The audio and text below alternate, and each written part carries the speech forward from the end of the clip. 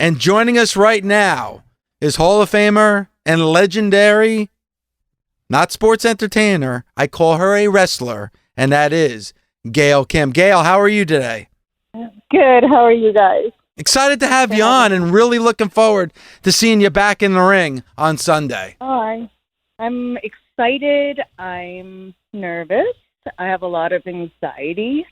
But that's just me because of I guess, what I demand of myself, Gail, the last time that I saw you and we talked, why are you laughing already?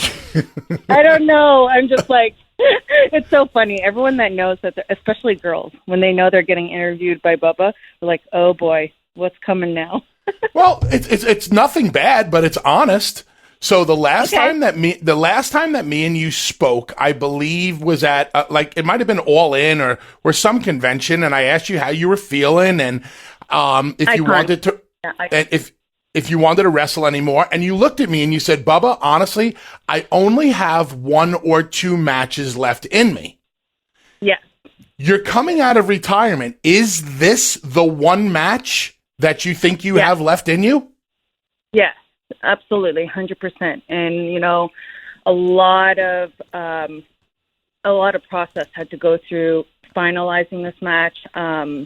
Number one, a lot of people ask me, "Do you miss it in the ring?" And because I'm an agent for the girls, I always tell them, "Well, I actually don't miss it in the ring," and I'm kind of relieved because a lot of us wrestlers might go through a difficult transition period of missing it, and because I get to agent, I don't miss it, and my body is kind of like that reminder sometimes when I see a crowd that I want to be in front of, or I see a girl that is so talented that I want to work with. And with Tessa, when I first saw her, it was like she reminded me a lot of me, just her passion for wrestling and wanting to be the best, and a little bit of her style, I guess, very aggressive. And I had interest in that. And then the company asked me, and I said, well, I need to get 2 doctor clearances because I wasn't willing to take any chances of any time of long-term injury. And then once I got that, I was like, they both gave me their blessing. And I said, okay, give me a couple of months notice to get in shape, and in ring shape, that is. And now it's only a couple of days away now. It's like crazy. Do you believe you are in the same ring shape that you used to be?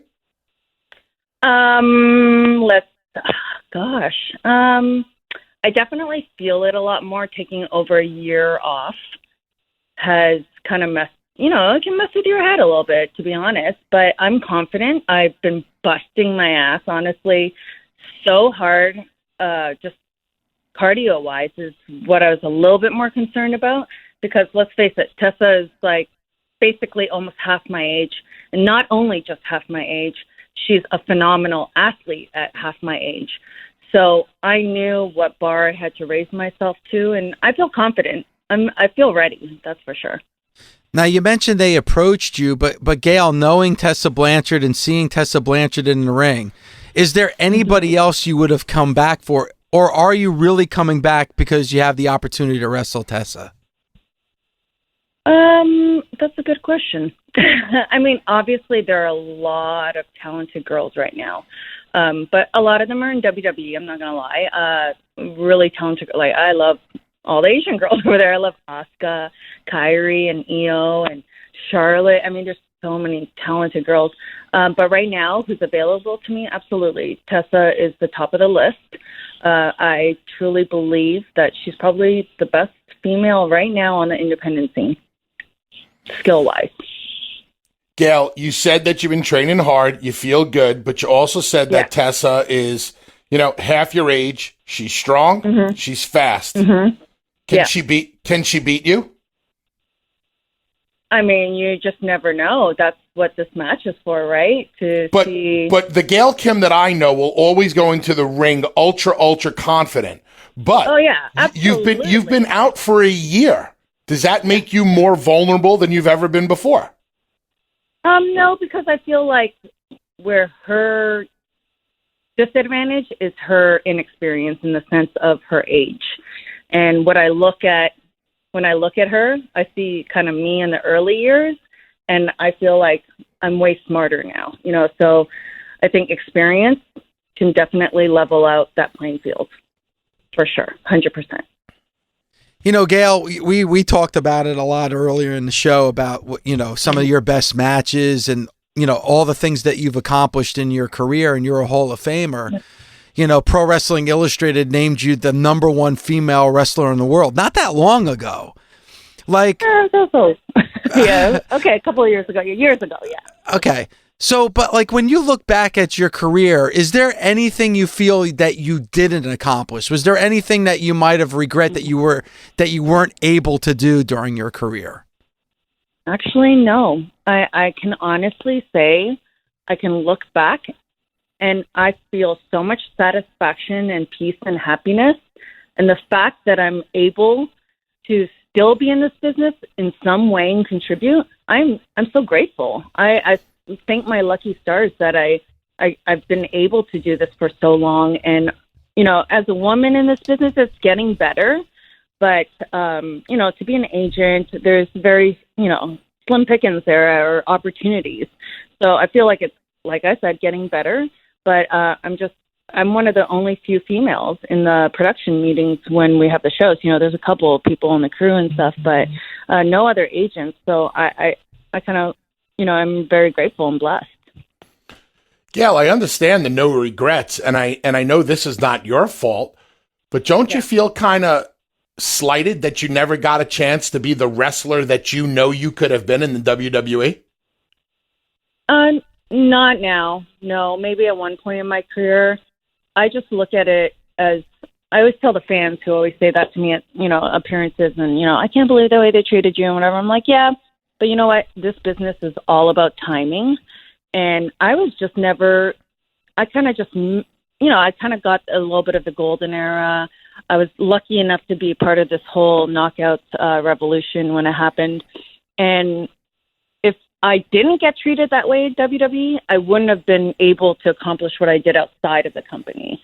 And I truly believe, even at this point now, when the women's revolution is at the peak, where the girls are main eventing WrestleMania, I feel like still I wouldn't have, if I stayed there, I wouldn't have had the type of matches that I had in Impact with Kong, with Karen. Like, I still don't see those kinds of matches necessarily happen. There's a couple here and there, but I just don't, I don't know. I still don't, I think that there's a women's revolution going on, but I truly don't know if Vince truly is a believer in it. You know what I mean? He's doing what the fans want and are demanding, but, you know, he's an older man. I mean, he's set in his ways, and I don't think his belief system has changed in his head. So, and I've talked about this many times before, and people are probably sick of hearing it, but, you know, the fact that I'm an ethnic woman, in WWE, I feel like it's definitely a waiting game for most in terms of, okay, well, let's see how long you can wait it out to get a push. And in my mind, I was like, I started at the age of 23. You know, I felt like my clock was literally ticking. Like, I don't have time to wait 5 years for a push. And even then, will I get that push as an ethnic woman? And I didn't know that, so I had to leave, you know, for me and my sake of my happiness. So I'm very satisfied. Gail, what's better about Impact Wrestling right now than a year ago?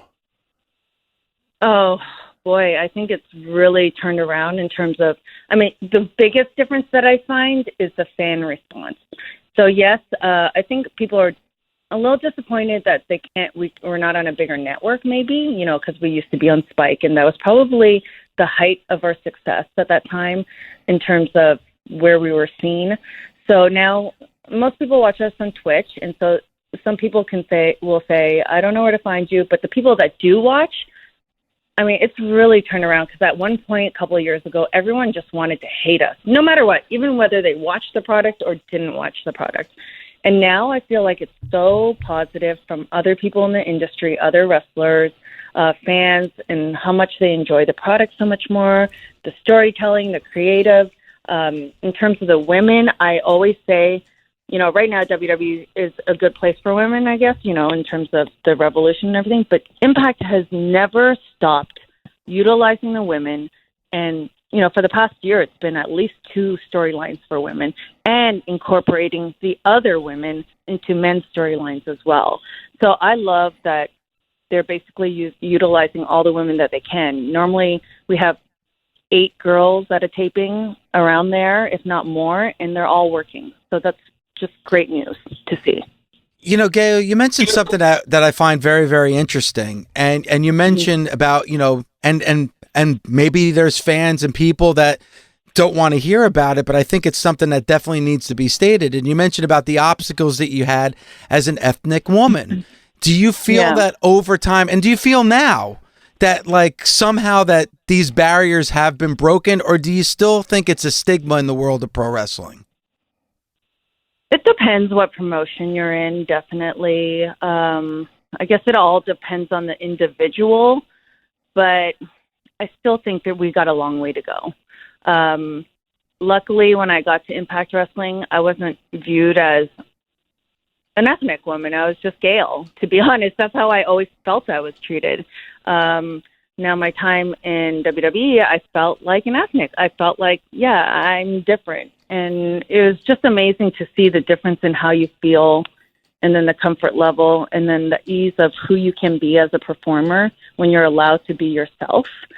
And that's where I succeeded the most, and that's where I, you know, thrived the most. So I hope that it improves. I would like to see, for example, I heard that Kairi Sane is put with Asuka on SmackDown recently on her debut. I'm like, you know what? We've seen them always grouped together. They're both impressive singles competitors, and that's what I would love to see them be their own person. But who knows? I mean, if this works, this works. I don't want to crap on it before I see anything, right? That's I fair. Hope for the best. No, that's definitely fair. No doubt. Gail, you mentioned about the women in Impact Wrestling being involved in some of the men's stuff. How do you feel about intergender matches and men and women getting physical with one another?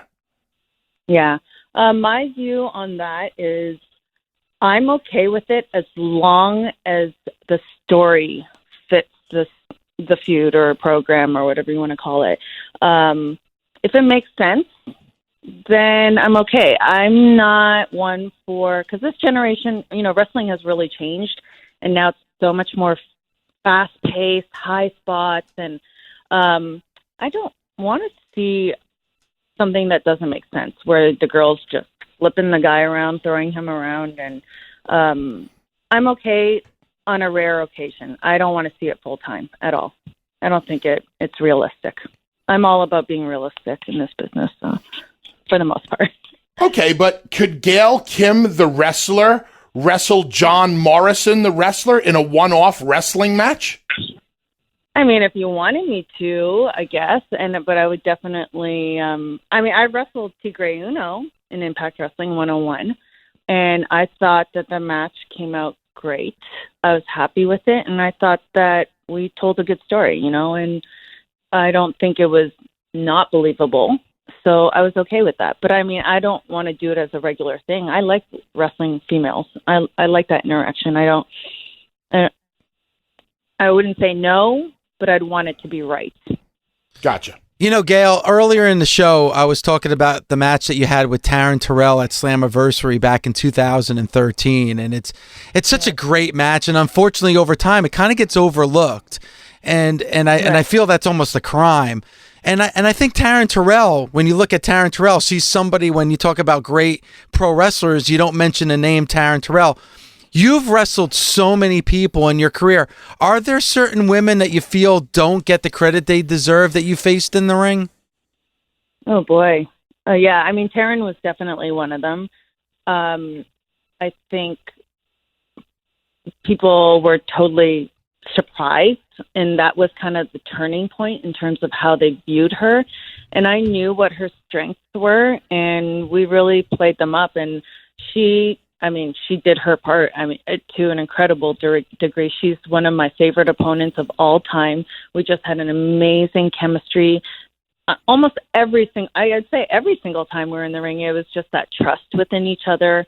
And we're now, of course, share a special bond to this day.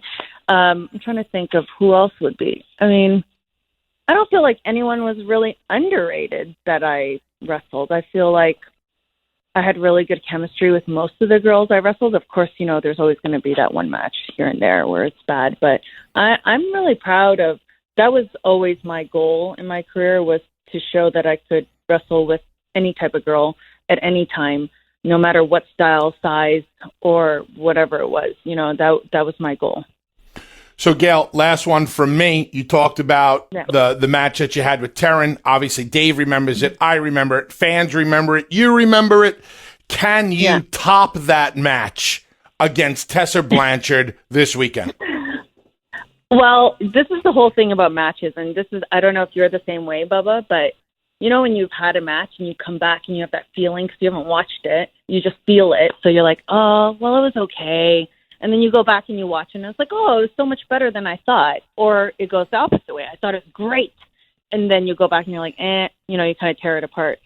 So I think you can't really compare in a way, because I think when we went into that match with Taryn, there were almost low expectations for it or no expectations for it.